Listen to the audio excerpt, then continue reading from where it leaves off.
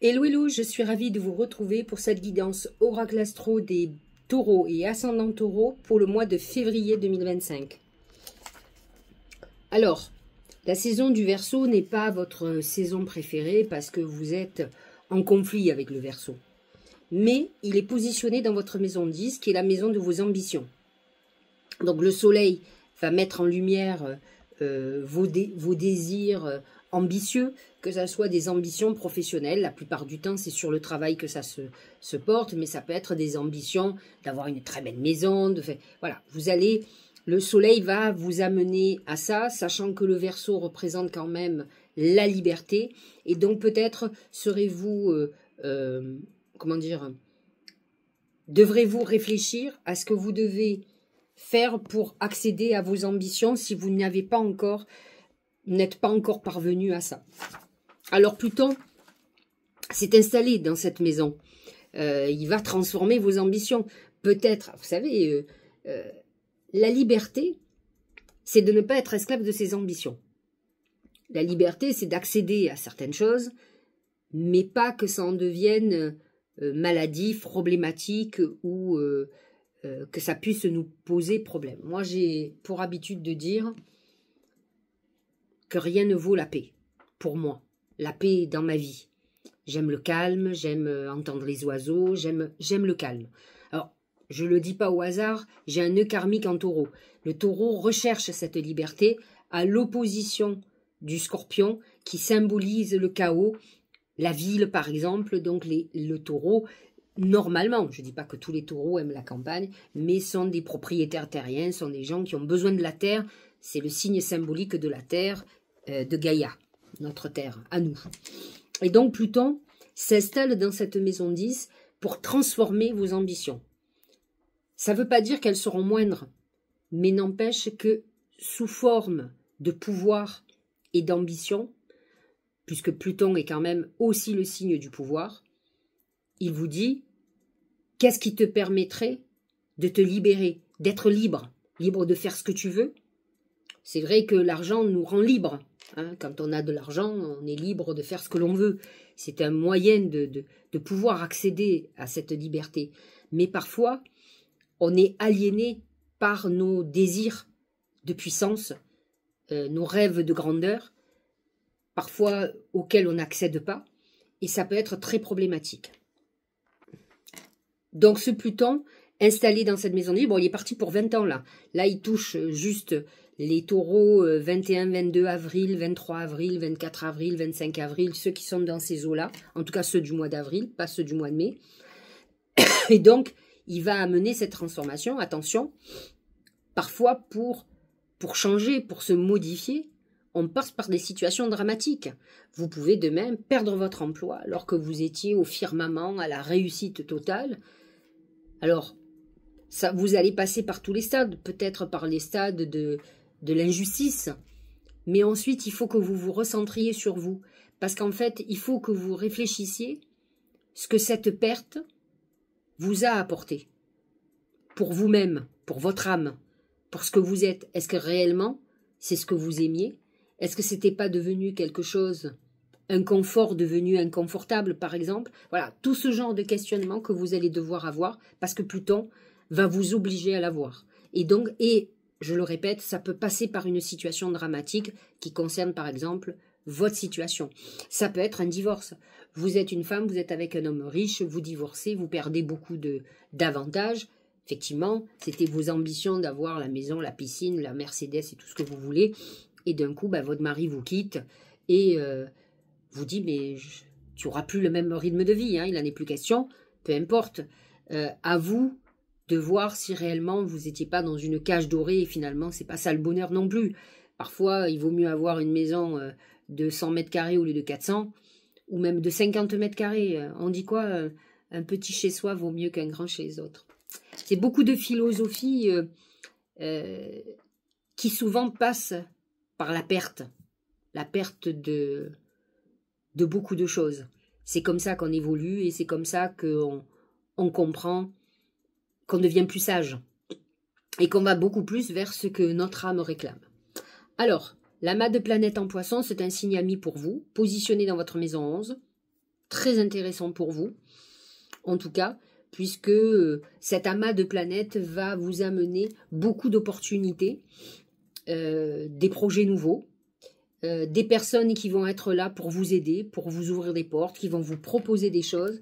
On est dans une période plutôt faste au niveau opportunité. C'est vrai que Saturne et Neptune sont là dans cette maison 11, la maison 11 de l'amitié, hein, des inimitiés aussi. Hein. Vous avez pu, avec Neptune en poisson, avoir eu des trahisons quand même. Hein. Mais c'est vrai que c'est une maison qui va vous permettre d'avoir des personnes qui sont importantes et autres, qui vont vous tendre la main, qui vont vous aider. En tout cas, le mois de février va être riche pour vous en événements et en ouverture. C'est des portes qui s'ouvrent pour vous. Vénus ensuite va passer dans la maison 12. Alors ça, c'est votre zone d'ombre hein, pour vous, puisque le bélier est le signe juste avant le vôtre. Donc une Vénus qui amène les doubles vies, les histoires cachées, les trahisons amoureuses. Ça va être à l'ordre du jour. Uranus est toujours dans votre signe et il a amené justement cet inconfort. Le taureau n'aime pas les changements. Il a besoin d'être rassuré, il a besoin de son petit coussin financier au cas où, ce que je peux comprendre puisque je suis un signe de terre aussi. Et Uranus a amené l'imprévisible. Et donc il a déstabilisé jusqu'à présent beaucoup de taureaux. Il va encore en déstabiliser, là il touche le dernier décan. Il fait son dernier passage, alors il va revenir, il va sortir Uranus du taureau pour aller dans le Gémeaux le 7 juillet. Mais il va revenir en novembre. Il va retoucher donc le dernier décan, il va faire une dernière course et ensuite il va quitter définitivement le taureau. Alors vous allez me dire, super, oui, bon, il a fait quelques ravages au passage, hein, ça fait 7 ans qu'il est là, et en 7 ans, il a bouleversé les certitudes de certains taureaux et ascendants taureaux. Jupiter est en Gémeaux, positionné dans votre maison 2, la maison de l'argent, la maison du patrimoine, et donc ça peut être un moment où vous avez fait des achats, ventes, ça peut être un moment où vous avez transformé vos revenus, hein, donc on est dans cette période-là.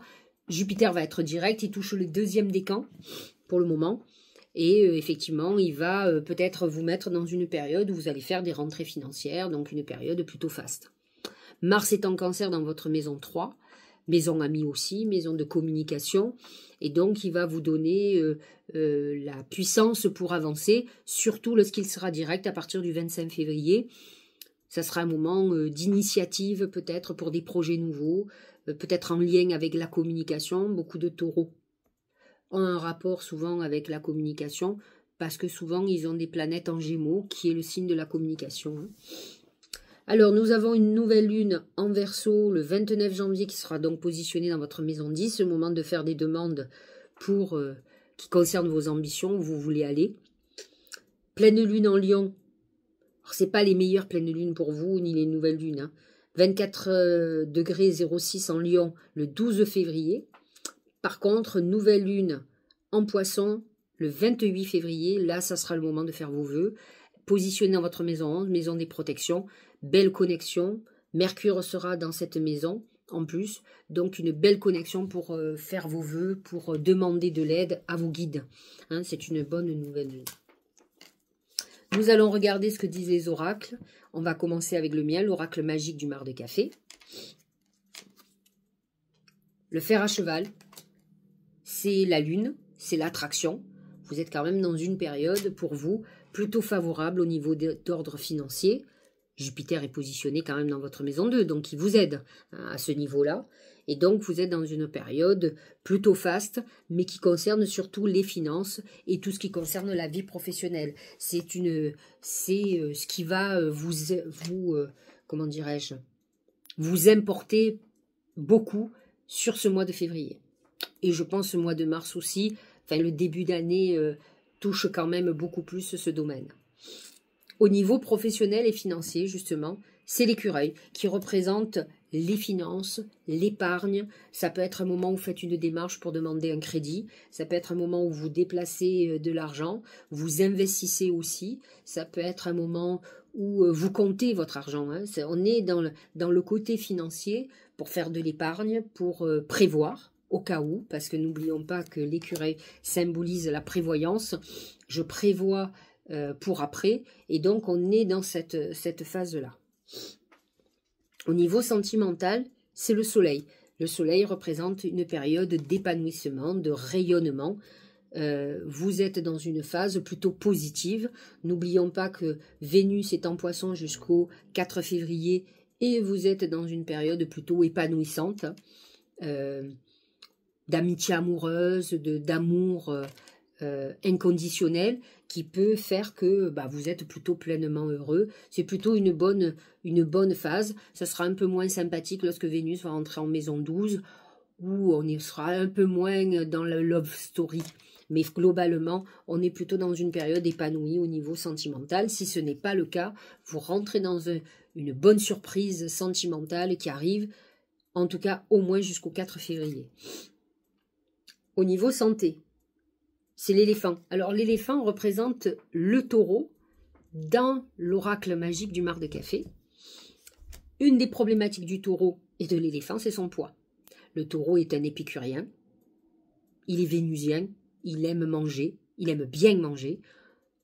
Parfois les taureaux sont diabétiques parce qu'ils mangent trop de sucre, ils sont boulimiques, ils sont gloutons, hein, ils mangent énormément. Donc, ils ont des bons appétits, comme les scorpions d'ailleurs. Et donc, cet éléphant, vous pouvez avoir, si vous êtes dans une période de stress, d'intensité au niveau des énergies, du travail et autres, vous pouvez être dans une période où vous prenez du poids, donc à surveiller. L'éléphant représente aussi le travail, le dur labeur, donc vous pouvez être dans une période où vous travaillez énormément, avec le soleil en maison 10, et Mercure, vous êtes focalisé sur tout ce qui est activité professionnelle et pour aller vers vos ambitions, même si tout ne peut ne pas tourner comme vous voulez. Donc, à vous de faire très attention à l'épuisement et au burn-out. Alors, j'ai demandé à mes guides comment la chance allait se manifester. Vous allez voir, c'est quand même surprenant. C'est le désert. Alors, les guides me disent le désert. Vous allez me dire, ouais, mais le désert, c'est des épreuves, c'est la restriction, c'est je n'ai pas de travail, je n'ai pas d'amour, je n'ai pas d'argent, je suis limité, je suis malheureux ou malheureuse. Oui, bien sûr, c'est tout ça, mais c'est à la fois uniquement quand c'est comme ça qu'on est obligé d'évoluer. C'est comme ça qu'on monte en vibration, parce qu'on est descendu bien bas, parce qu'on voit que la vie nous enlève quelque chose qu'on pensait qui nous appartenait, qui nous était dû. Que seuls nous seuls avions la maîtrise. Or, il n'y a pas de maîtrise. On nous laisse maîtriser jusqu'à une certaine limite.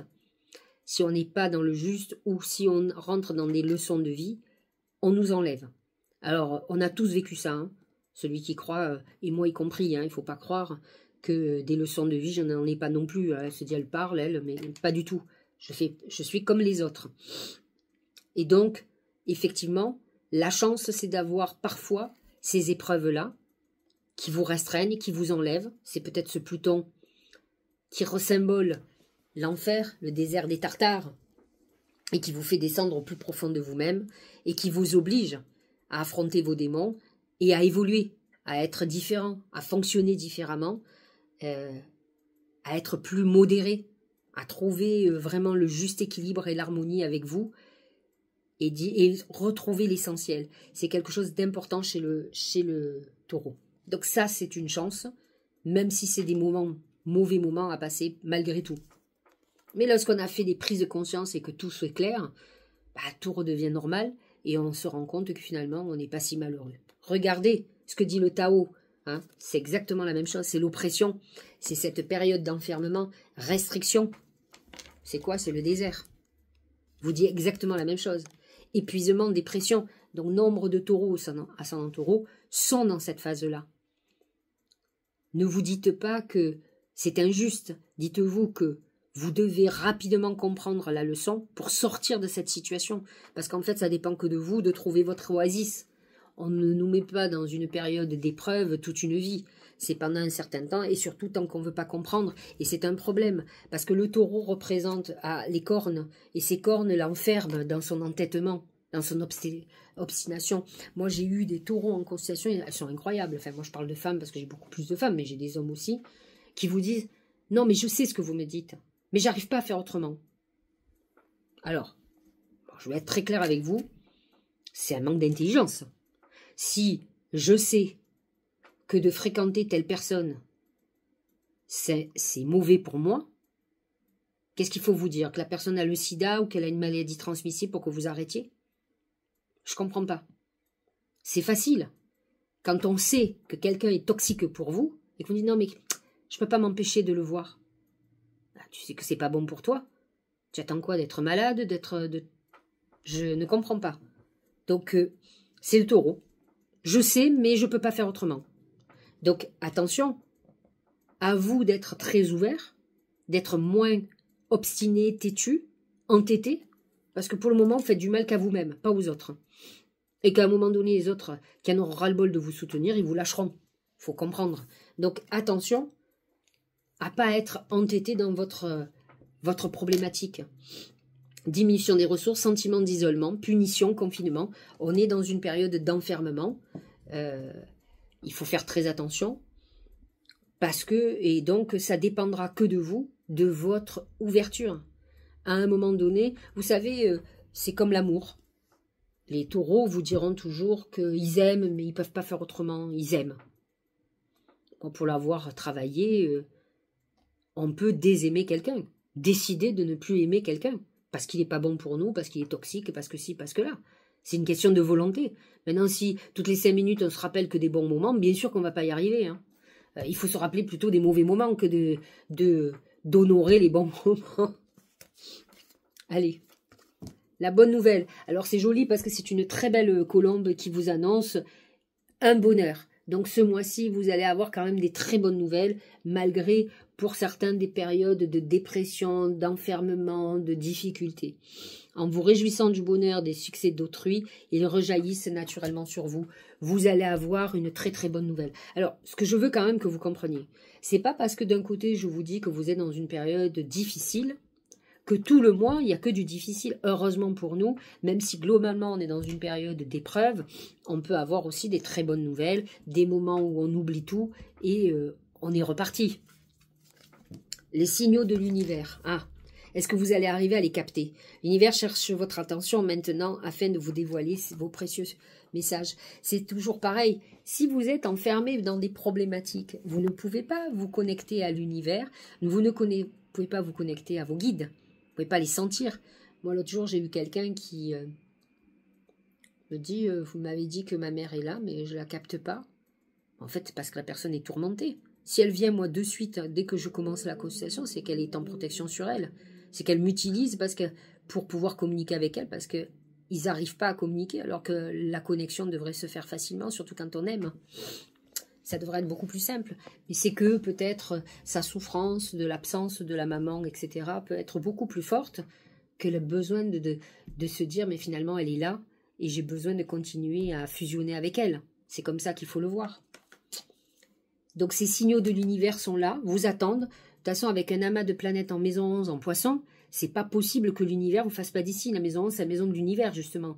Des protecteurs, du grand protecteur, de nos guides. Et il y a un amas de planètes en poisson qui fait que tous les signes sont là.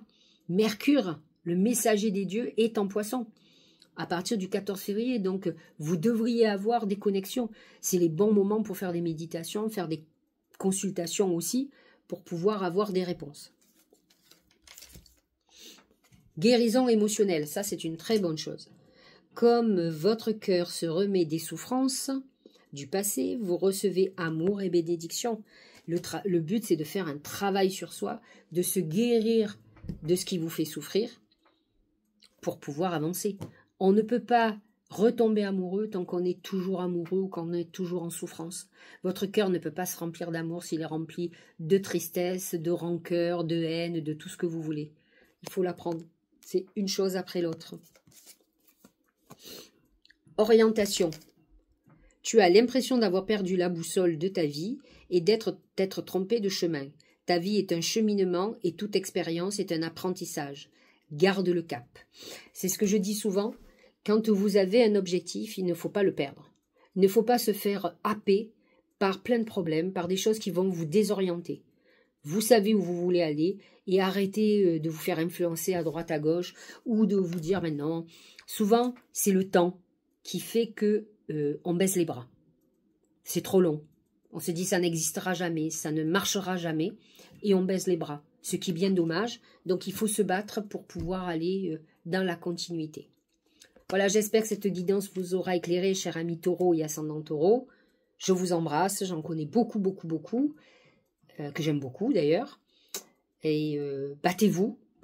Ça peut être une période difficile, mais dites-vous que si vous vivez du difficile, c'est pour comprendre des choses, pour clôturer des choses.